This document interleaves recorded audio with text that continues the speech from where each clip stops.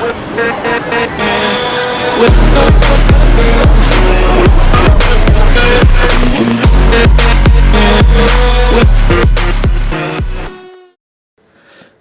up? That was kind of weird. I don't normally sound like that, I don't think. Anyway, welcome back to a brand new video. Tonight we're gonna try something a little bit different. The other day I was on YouTube and I was scrolling and I came across a video from a guy by the name of Joon, and he lives in Sydney. He's an amazing photographer. And it was about him just going out into his suburb and just showing like the possibilities of like the photographs that you can actually capture if you just step out your front door and explore what's around you. And it really got me thinking, because when I moved down to Brisbane, I was super excited to be able to live in a city. Like, the city is literally just out there. I can see it from my bedroom window. Because when I was in Cairns, there wasn't a city for me to shoot, and I was so excited. So I was like, yeah, I'm just gonna be out all the time, shooting street and shooting urban. Like, it's just gonna be amazing. But now that I live here and I'm so close to it all, because it is just there, I just find myself making excuses all the time that, oh man, the city's not busy enough. We don't have like trams like Melbourne, because if I was in Melbourne and there was trams, I'd be out shooting all the time. And these are just simple little excuses that like I'm using to not go out and take photos, even though I'm sure there'd be plenty of people who look at my videos or photos and go, wow, I wish I lived in a city. So I'm not taking advantage of the fact that I live right here, and I need to take advantage of that. So there's been a spot on my mind that I've had sort of like an idea brewing, and I just want to, it's literally just down the road, it's like 300 meters, and I just want to go and take that photograph and bring you guys along and sort of just document this process. I have no idea how I'm going to do this, because it's just me trying to photograph and film some stuff. So just bear with me, but we'll get through it somehow.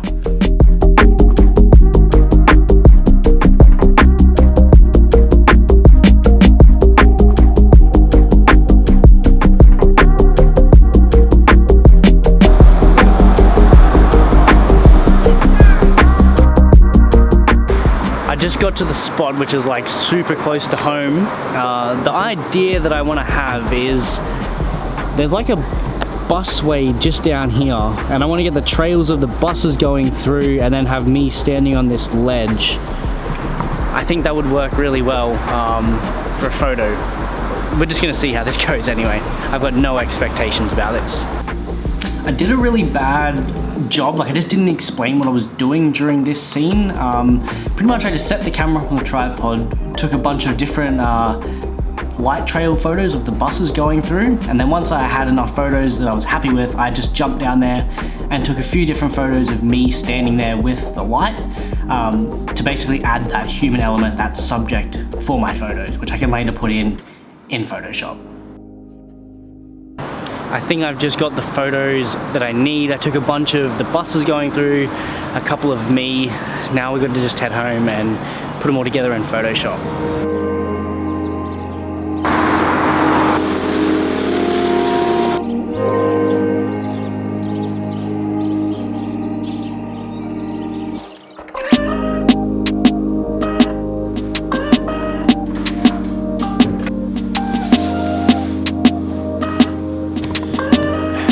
I've got no idea if that worked or not, but I guess we'll find out. I'll open up the computer maybe shortly, or I might even do it tomorrow, because sometimes I like to sit down and just like let the photos just relax a little bit. That sounds really weird.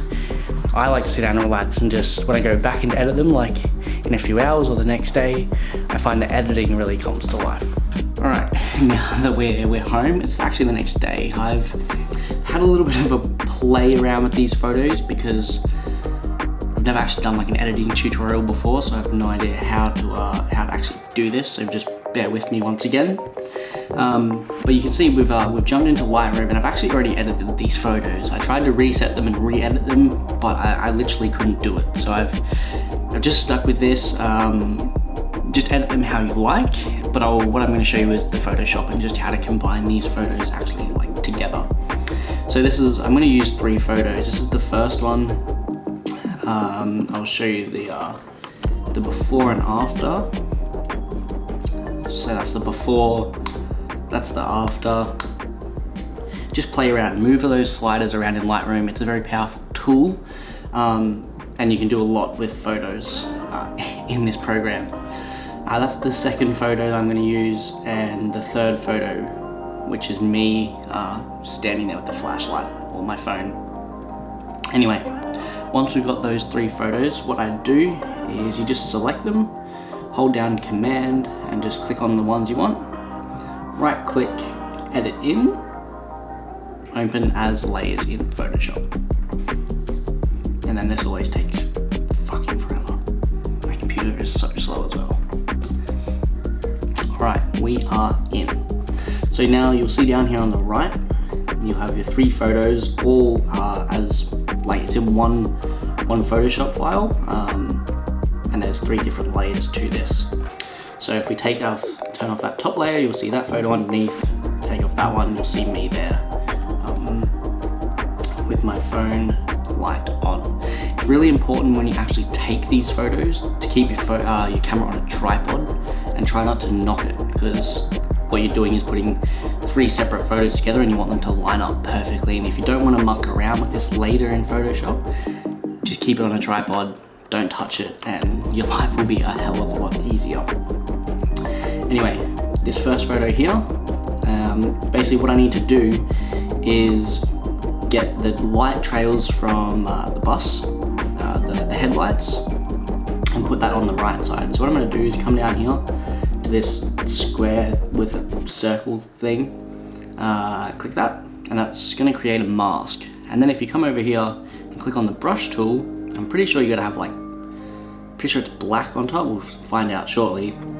And what you can do, as long as that mask is selected, you can just start to paint where you want the image to come through. So basically you're just kind of like cutting out. Bring a bit of shadow in here, maybe the light was a little bit different, I'm not sure. And now you can see what we've done, we've basically just cut through that first photo and we're revealing what's underneath it. And I think that looks pretty good there.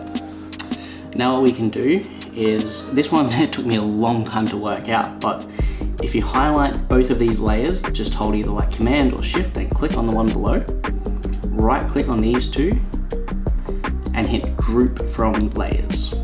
And just call it whatever you want, Group 1, that'll work. So now what we want to do, the reason we're grouping this is because we actually had a 3rd layer. So if we're just going to mask, because I need to put myself into this photo now, and if there was 2 layers, then we'd sort of have to do it between 2, and it's never really worked out for me, but I worked this out the other day.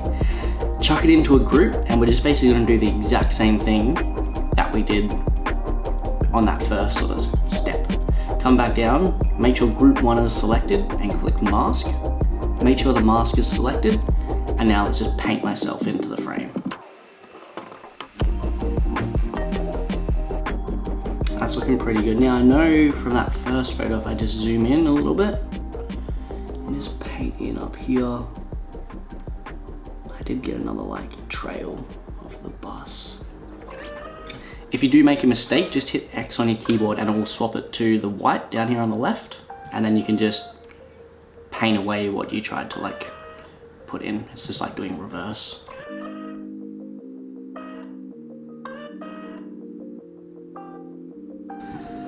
Alright, that's basically done. Now what we can do, I just feel like there's a lot of blank space at the top of the frame. It's just the darkness just is sort of annoying me.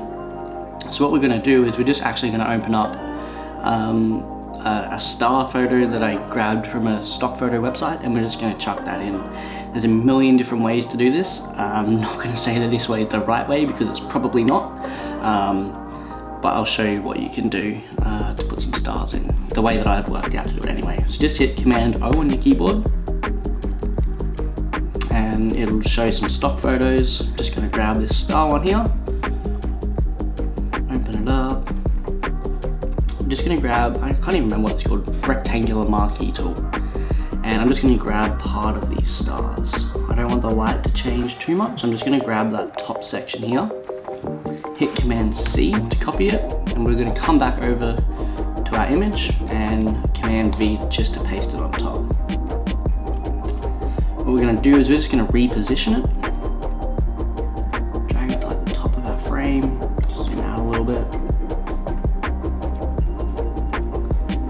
Fair enough. Now it's sitting on top of everything at the moment. What we want to do is we want to create another mask around like the sky and the trees. So we're just going to drag this underneath that top layer, and now it's going on. But we can still see, because this is selected, where the stars are actually going to be. So I think we just need to bring it down. Oh, no.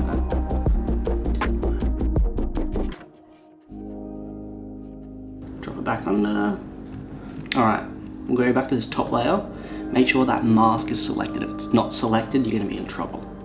Come back, grab our brush tool. I think it's like you can shortcut B, whatever. Use the brackets to make it a bit bigger. And we're just going to paint away the stars. Paint away the blackness and reveal the stars.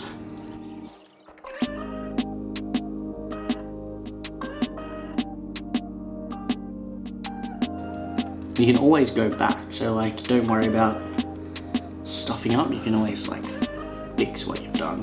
And I mean, it's not perfect, but if we zoom out, it's not totally noticeable. And we'll fix that up in a minute anyway. Let's just jump onto this stars layer and we'll drop the opacity, just because I think it does look a little bit fake being so bright, especially with all like the city lights. It's not actually how it's gonna be. And that looks pretty good. So I think we're pretty much done. Now what I usually do is I just hit Command S and just save it, and it will automatically just import it straight back into Lightroom, and we can do one final edit on it. So let's come across here, and I'm just gonna bring the whites up, make it a little bit brighter. Oh, that's too much. And then what I'm actually gonna do is just grab a graduated filter and just pull down on these stars. So you can see it's just normal, like it's super bright here. If we just drop that darkness, what it does, it just, depending on where you bring your filter from, it'll darken and then lighten. But now you can see that the stars aren't too bright, they're sort of a little bit brighter down the bottom, which I think looks a little bit more natural. And I think we're pretty much done. Keep in mind as well, like this isn't something that I'm gonna be like printing, it's just going on like Instagram. It looks pretty cool. The stars aren't perfect. I'm no expert in Photoshop, so I'm still learning myself, but this is what I would do if I wanted to put some stars into my photo. That's it. Now you can just export, do whatever you gotta do, chuck it on Instagram, throw some hashtags on it, and hopefully Instagram doesn't destroy your engagement and you actually get some likes or whatever you're chasing on Instagram. Well, I hope you learned something new in that, because I sort of did. Putting some photos together in Photoshop to make something come alive a little bit more is always super fun. And it's a way you can make boring photos really come to life. I'm no expert, so please don't judge me if what I did was probably not the right way to do things. But anyway, we're all learning here. Yeah. That's it. I'm gonna try and shoot in my suburb more often, and I'm gonna try and not let these excuses get the better of me. Anyway, cheers for hanging out. I hope you learned something new, and I'll catch you in another video super soon. If you wanna go big, dream big.